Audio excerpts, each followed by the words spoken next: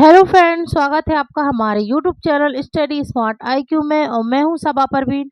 और आज हम फिर पढ़ने जा रहे हैं आरआरबी ग्रुप डी 2025 के लिए जी की जीएस की क्लास।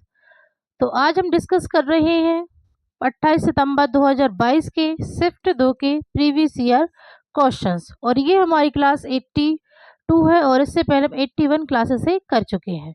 सो आई होप आपको ये वीडियो पसंद आती हो। और ऐसे ही वीडियो देखने के लिए हमारे चैनल को लाइक करें, शेयर करें, सब्सक्राइब करना ना भूलें। तो चलिए स्टार्ट करते हैं आज की क्लास। फर्स्ट है, भारत में पंचवर्षीय योजना के संदर्भ में 1966 से 1969 की अवधि किसके लिए जानी जाती है? तीसरी योजना, चौथी योजना, कोई योजना नहीं है, 3 वार्षिक योजना। तो जो भारत में पंचवर्षीय योजना के संदर्भ में 1966 से 1969 की अवधि के लिए जानी जाती है, तो ये जानी जाती है 3 वार्षिक योजना। ठीक है, राइट आंसर है ऑप्शन डी, यानी कि तीसरी पंचवर्षीय योजना। ओके, अब हम बात करें कि पंचवर्षीय योजना ये कहाँ से ली गई है। तो पंचवर्षीय योजना ये ली गई है सोवियत संघ से। ठीक है, सोवियत संघ यानी कि रूस से ये ली गई है। ठीक है ना, पंचवर्षीय योजना। और पहली पंचवर्षीय योजना ये कब शुरू हुई थी? तो पहली पंचवर्षीय योजना ये स्टार्ट हुई थी 1951 में। ठीक है, और ये चली थी 1956 तक। ठीक है, और ये हेरोडोमर मॉडल पर आधारित थी। और अब तक कितनी पंचवर्षीय योजनाएं हो चुकी हैं? तो 12 पंचवर्षीय योजनाएं हो चुकी हैं। ठीक है ना, 12 पंचवर्षीय योजनाएं हो चुकी हैं अब तक। ठीक है, अभी लास्ट वाली कौन थी? 12वीं पंचवर्षीय योजना। ठीक है, चलिए आगे बढ़ते हैं। सो नेक्स्ट है, न्यूलैंड के अष्टक नियम के अनुसार पोटेशियम और कॉपर के बीच कितने तत्व उपस्थित होते हैं? 5, 8, 9, 7। तो न्यूलैंड के अष्टक नियम के अनुसार पोटेशियम और कॉपर के बीच कितने तत्व उपस्थित होते हैं? तो 7 तत्व उपस्थित होते हैं। ठीक है, राइट आंसर है ऑप्शन डी, 7 तत्व। नेक्स्ट है, तीव्र वैश्विक तापमान को रोकने के लिए हमें निम्नलिखित में से किस प्राकृतिक संसाधन का विवेकपूर्ण उपयोग करने की आवश्यकता है? पेट्रोलियम और जल, धातु और कोयला, कोयला और पेट्रोलियम, या कोयला और जल।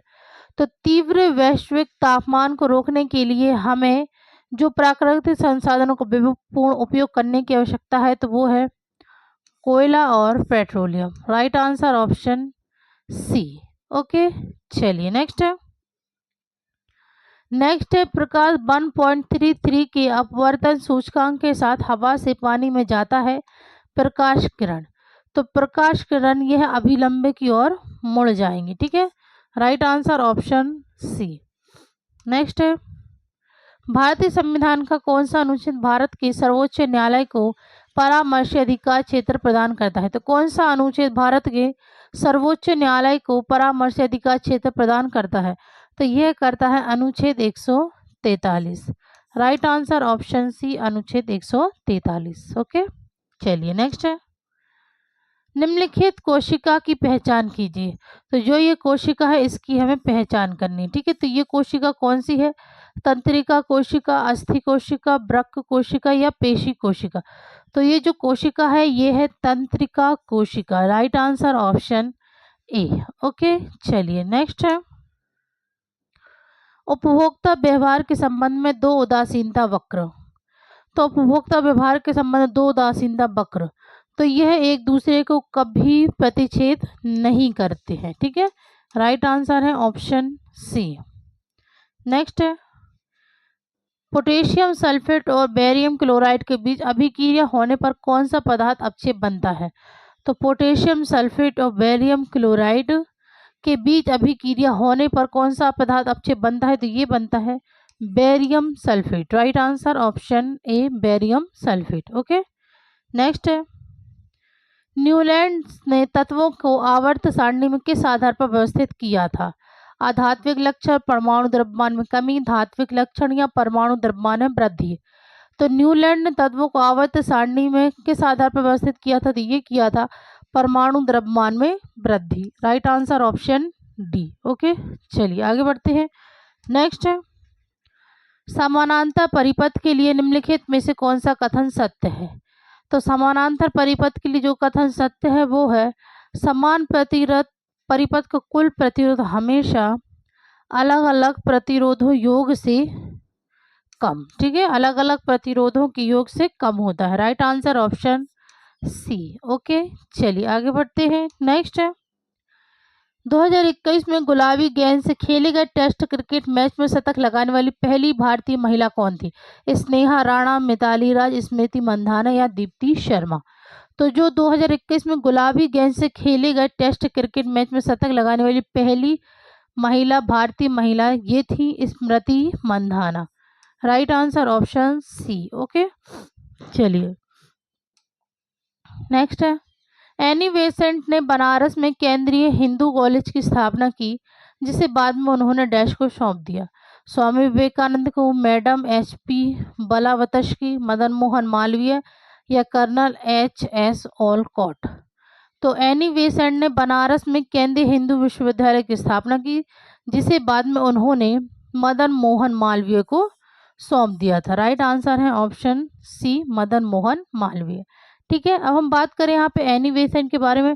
तो एनी बेसेंट इन्होंने 1916 में होम रूल लीग की स्थापना की थी। ठीक है, होम रूल लीग की स्थापना की थी एनी बेसेंट ने। और एनी बेसेंट यह पहली महिला INC अध्यक्ष थी, पहली महिला INC अध्यक्ष थी एनी बेसेंट। ठीक है, इन्होंने 1917 में कलकत्ता अधिवेशन में INC की अध्यक्षता की थी। ठीक है ना, 1917 में कलकत्ता अधिवेशन में इन्होंने INC की अध्यक्षता, और ये पहली महिला थी, ठीक है, भारतीय राष्ट्रीय कांग्रेस की, जिन्होंने अध्यक्षता की थी। ठीक है, हम यहाँ पे बात कर ले स्वामी विवेकानंद के बारे में। तो स्वामी विवेकानंद इन्हें नरेंद्र नाथ दत्त के नाम से जाना जाता है। ठीक है, नरेंद्र नाथ दत्त के नाम से इन्हें जाना जाता है, स्वामी विवेकानंद को। ओके, चलिए आगे बढ़ते हैं। नेक्स्ट है समजातीय श्रेणी में किस तत्व को किसी क्रियात्मक समूह द्वारा प्रतिस्थापित किया जाता है? Hydrogen, sulphur, sodium, helium?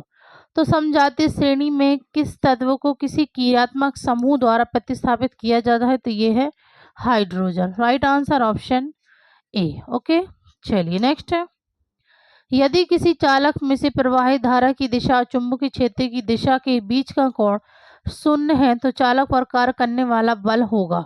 तो चालक पर कार्य करने वाला बल भी शून्य होगा। Right answer option A. Okay, चलिए आगे बढ़ते हैं। नेक्स्ट निम्नलिखित में से किस महान गेहूं वैज्ञानिक को विज्ञान और इंजीनियरिंग श्रेणी में पद्म भूषण 2022 से सम्मानित किया गया था? तो गेहूं वैज्ञानिक को विज्ञान और इंजीनियरिंग श्रेणी में पद्म भूषण 2022 से सम्मानित किया गया था। तो ये किया गया था संजय राजा राम को। Right answer option B, Sanjay Raja Ram को। ओके, चलिए नेक्स्ट है उदासीन विलयन का pH मान क्या होता है? तो उदासीन विलयन का pH मान 7 होता है। Right answer option D, 7।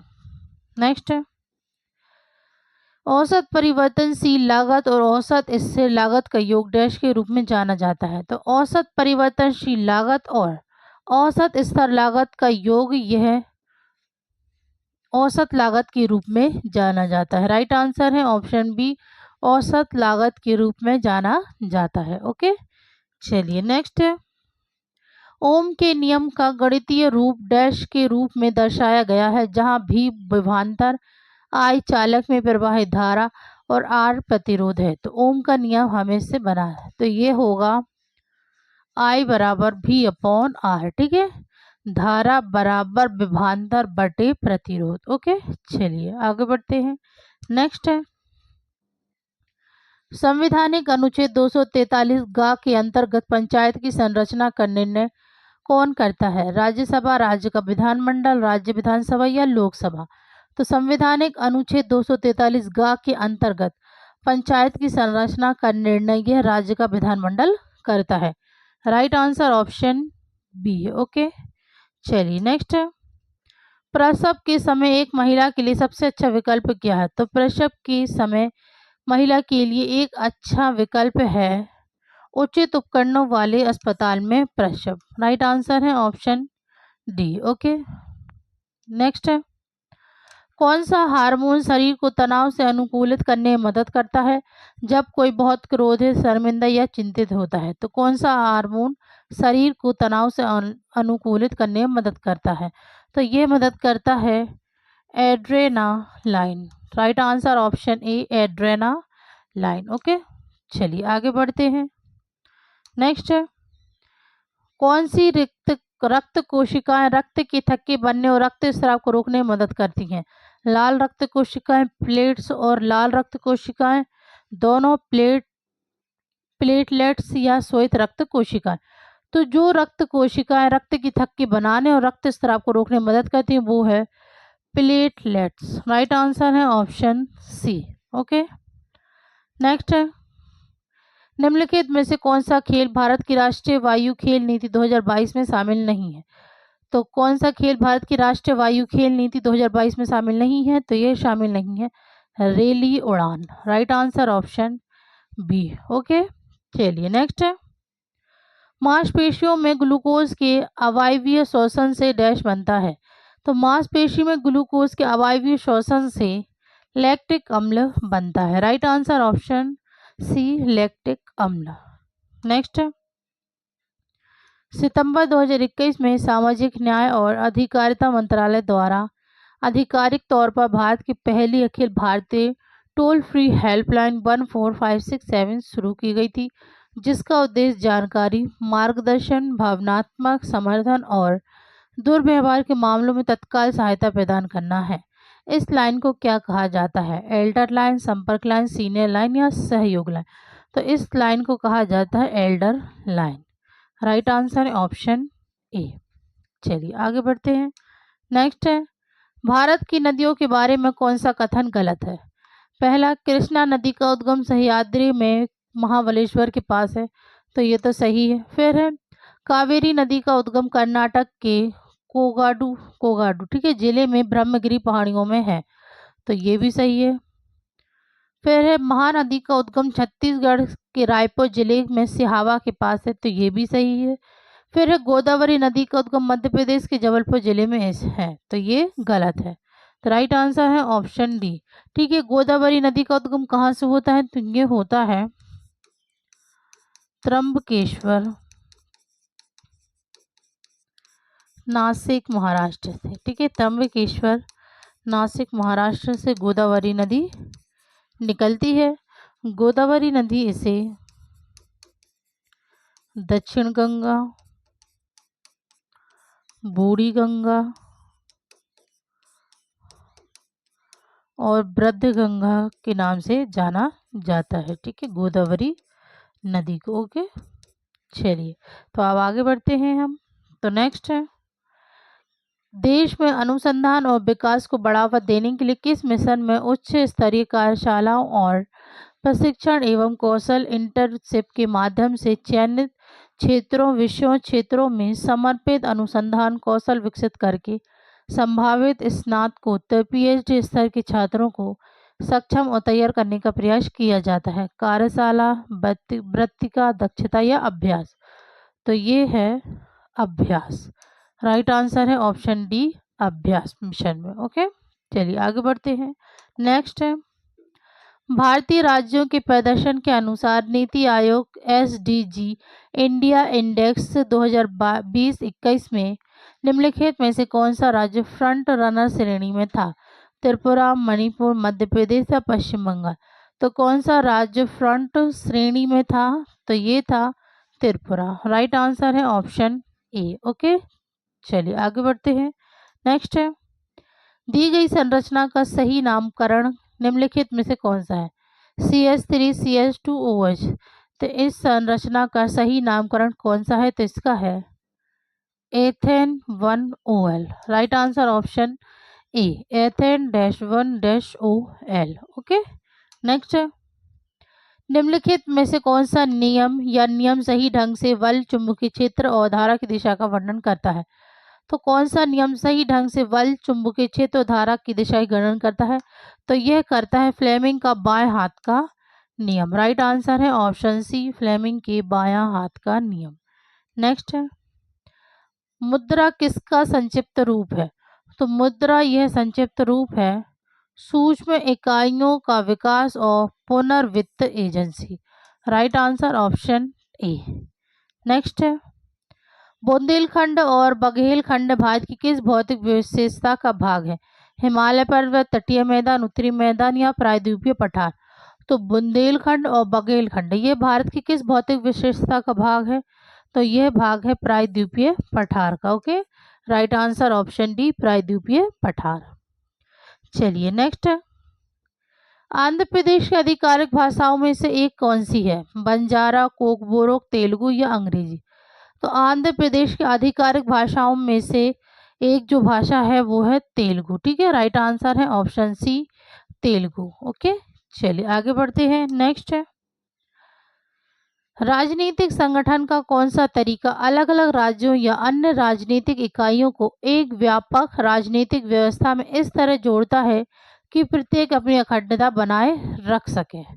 तो कौन सा तरीका है? तो ये है संघवाद। ठीक है, राइट आंसर है ऑप्शन सी, संघवाद तरीका अलग अलग राज्यों या अन्य राजनीतिक इकाइयों को अपने को एक व्यापक राजनीतिक व्यवस्था इस तरह जोड़ता है कि प्रत्येक अपनी अखंडता बनाए रखे। Okay, right answer option C, संघवाद। नेक्स्ट है, जब पीएच पेपर को जठर रस में डुबोया जाता है तो उसका रंग क्या होगा? तो जब पीएच पेपर को जठर रस में भिगोया जाएगा तो उसका रंग लाल होगा। Right answer option A. Next है, भौगोलिक क्षेत्रफल के संदर्भ में निम्नलिखित में से कौन सा भारत का सबसे बड़ा जैव मंडल आरक्षित क्षेत्र है? सुंदरबन, मन्नार की खाड़ी, कच्छ या नंदा देवी? तो भौगोलिक क्षेत्रफल के संदर्भ में कौन सा भारत का सबसे बड़ा जैव मंडल आरक्षित क्षेत्र है? तो ये है कच्छ है। Okay, right answer option C. Next है, दी गई अभिक्रिया में कौन सा तत्व आयन के रूप में कार्य करता है? तो आयन के रूप में कार्य करता है तो ये है, पहले अभिक्रिया देखते हैं, Pb plus Cu Cl2 arrow Pb Cl2 plus Cu। तो कौन सा तत्व आयन के रूप में कार्य करता है? तो जो आयन के रूप में कार्य करता है वो है केवल Cl2। राइट आंसर है ऑप्शन डी। नेक्स्ट है, जब श्वेत प्रकाश प्रिज्म पर आपतित होता है तो यह विक्षेपण से गुजरता है, इस संदर्भ में सही विकल्प की पहचान करें। तो पहला है, लाल रंग का प्रकाश प्रिज्म में सबसे अधिक मुड़ता है। दूसरा है, बी नंबर है, बैगनी रंग के प्रकाश की गति प्रिज्म में सबसे धीमी होती है। सी है, बैगनी रंग के प्रकाश का अपवर्तनांक अधिकतम होता है। डी है, जब प्रिज्म सीधा होता है तो बैगनी सबसे ऊपर और लाल सबसे नीचे का रंग होता है। ई है, इंद्रधनुष के निर्माण का कारण भी विक्षेपण है। तो इनमें से जो सही विकल्प है वो है बी, सी और ई। ठीक है, तो बैगनी रंग के प्रकाश की गति प्रिज्म में सबसे धीमी होती है और बैगनी रंग के प्रकाश का अपवर्तनांक अधिकतम होता है और इंद्रधनुष के निर्माण का कारण ही विक्षेपण है। तो राइट आंसर है ऑप्शन 4, बी, सी और ई। ओके, चलिए नेक्स्ट है, अस्पताल के कचरे के निपटान का सबसे अच्छा तरीका क्या है? तो अस्पताल के कचरे के निपटान का सबसे अच्छा तरीका है कपास से धातुओं को अलग करना और जीवाणु रहित करना। Right answer option A. Okay, चलिए नेक्स्ट है, वेंकटेश्वर जिन्हें वेंकटाचलापति श्रीनिवास और बालाजी के नाम से भी जाना जाता है, हिंदू देवता के किस रूप है? तो वेंकटेश्वर जिन्हें वेंकटाचलापति श्रीनिवास और बालाजी के नाम से भी जाना जाता है, ये हिंदू देवता के विष्णु रूप है। राइट आंसर है ऑप्शन ए, विष्णु रूप है। ओके, तो ये थे आज के हमारे क्वेश्चंस। सो आई होप आपको ये वीडियो पसंद आई हो और ऐसी ही वीडियो देखने के लिए हमारे चैनल को लाइक करें, शेयर करें, सब्सक्राइब करना ना भूलें। तो मिलते हैं आपसे कल अगली वीडियो में, तब तक के लिए good luck and goodbye. Thank you.